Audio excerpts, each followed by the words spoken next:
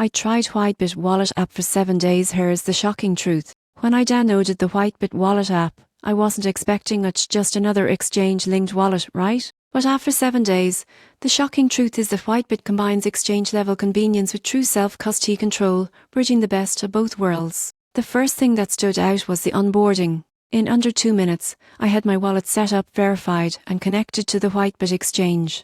That alone saves so much time for traders who normally juggle between multiple apps. On day 2, I tested sending and receiving crypto. The transfers were smooth, and the app supports a wide range of assets from Bitcoin and Ethereum to stablecoins and emerging altcoins. I appreciated how clearly it displayed transaction fees and network choices, something many wallets hide behind confusing menus. By midweek, I started testing WhiteBIT Earn, a feature that lets you stake or lock tokens to earn rewards directly inside the wallet.